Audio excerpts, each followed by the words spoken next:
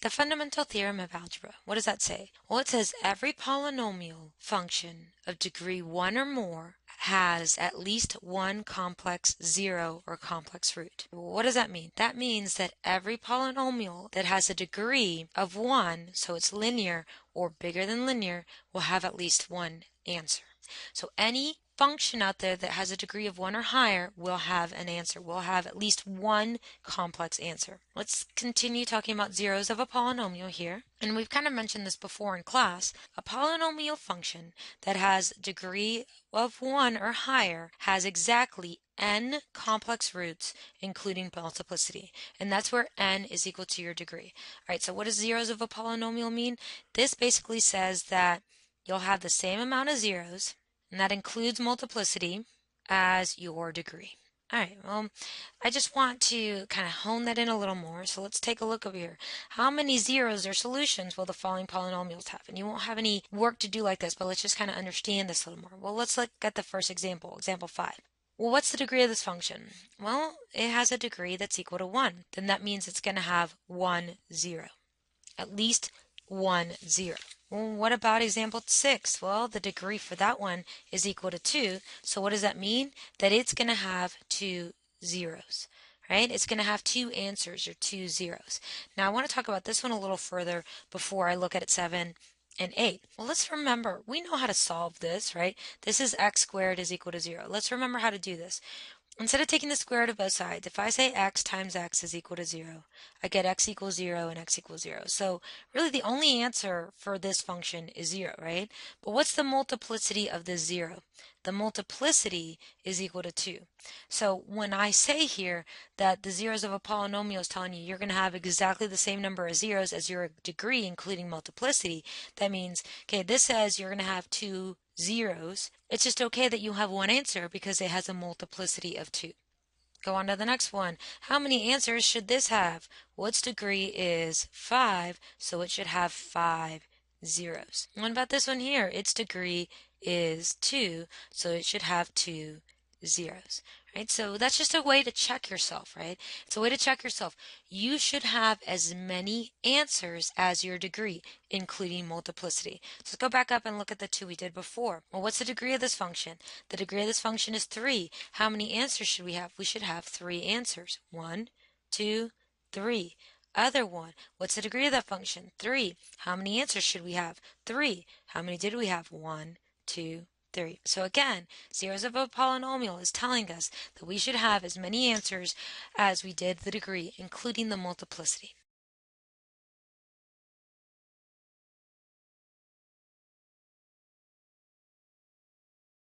One more definition here. We have linear factors of a polynomial. So the linear factors of a polynomial, what this is saying is that a polynomial function can be expressed of degree 1 or higher, can be expressed as a product of its linear factors. Linear means that it's to the first power. So it can be expressed as a times the first linear times the second linear times the third all the way to the end. Well, let's kind of remember or understand better what I'm talking about. So if I'm asking to express this as linear factors, well, I can factor that, right? That's just the difference of squares. So I could express this as x minus 5 times x plus 5. So that's pretty easy. But what about this next one over here, example 10? I have f of x is equal to x squared plus 4. Well, if I think back to what I learned in intermediate algebra or maybe before, I can't factor that. This is the sum of squares, and the sum of squares is prime. But I'm not asking you to factor it. I'm asking you to express it as linear factors, right? Well, how would you do that? Well, if you find the solutions to this, well, let's find the solutions to it first. So set it equal to 0. Let's solve this by extraction of roots. Take the square root of both sides, I get x is equal to plus or minus 2i. So I have two answers, positive 2i and negative 2i. Let's go ahead and just write it out like that, positive 2i and negative 2i. So if these are answers, right, and if we think about what we learned before, if this is something that would divide this evenly, then it's also a factor. So I could express this function as a product of its linear factors. So x minus the first answer times x minus the second answer, but minus a negative, we know we would just write plus. So x squared plus 4 expressed as a product of its linear factors is x minus 2i times x plus 2i. So from here on out, there's going to be a couple examples where I'm asking you to solve and then expresses that as a product of its linear factors. So you're going to take your answers and then just have them all multiply together. Last little theorem that we're going to talk about in this section before we start getting into more problems. So we have the conjugate zeros theorem. And what the conjugate zeros theorem tells us is, right, if you got some polynomial f, and you know that a plus bi is a zero of that function, so you have this complex number is a zero of that function, then its conjugate, a minus bi, is also a zero of that function. And if you don't remember conjugates, but the complex conjugates, if you have a plus bi, the conjugate of that would be a minus bi. It's the same real part, so the real part is the same because it's the real part because it doesn't have an I on it, and then opposite imaginary. So same real, opposite imaginary. All right, let's do one example and then we'll save the others for the next video. So let's do one example here. Find all the complex zeros of the following polynomial and express as a product of linear factors. So we talked about a lot. We talked about the fundamental theorem of calculus that says it has to have a complex root, right? So it's got to at least have one answer that's complex if it's a degree 1 or higher. We talked about the zeros of a polynomial, so we know that this should probably have 3 answers. And we talked about how to express things in linear factors in the conjugate zeros theorem. But really, what we're doing in examples 11 and 12 are no different from what we did in examples 3 and 4. This is just asking us to find all the zeros. So we're still going to go through the same process that we did before, where number 1, find the possible rational zeros. So if I find the possible rational zeros, I'm looking at factors of 5, so plus or minus 1, plus or minus 5, divided by factors of 1, plus or minus 1. So we're looking at plus or minus 5 or plus or minus 1. If I'm going to have a real zero, it's got to come from this option. Then I'm always going to give you this graph. Your classwork is going to have graphs. Your exams are going to have graphs. So I'm always going to give you this graph. So we take a look at this graph. What does that look like? Well, it looks like 1 is a 0. So I'm going to synthetically divide this guy by 1. Right? Then I have 1, negative 3, 7, and negative 5.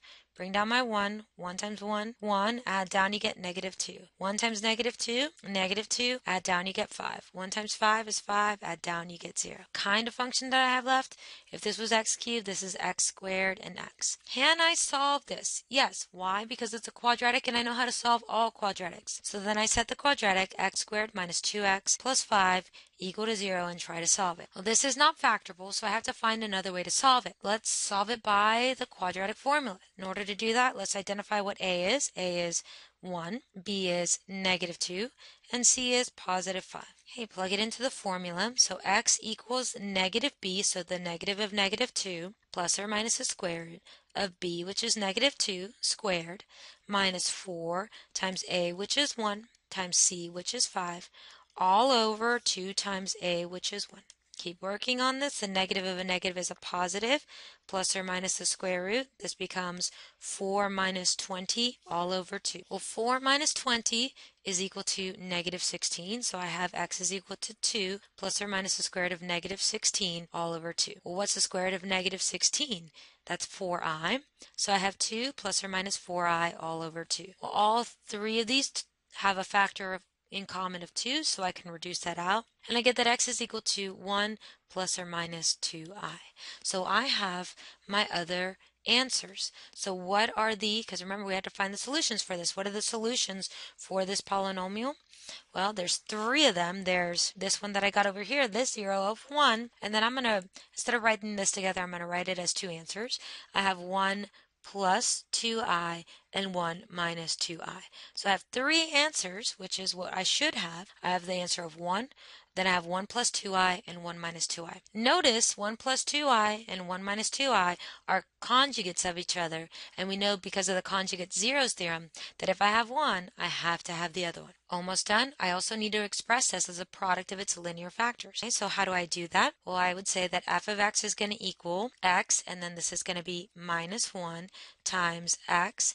And since this is a positive one, I'd say minus, and then I'm going to put it in parentheses, 1 plus 2i. And then again, x, since this is a positive one, I'm going to say minus and then 1 minus 2i. And if I get rid of these parentheses in here, I get that f of x is equal to x minus 1 times x, distributing, I get minus 1 minus 2i, and then I get x minus 1 plus 2i. This is the polynomial expressed as a product of its linear factors, and this is the solutions or the zeros to the polynomial. In the next video, we're going to continue on an example of this, and then we're also going to look at finding other roots given one complex roots and then finding a polynomial.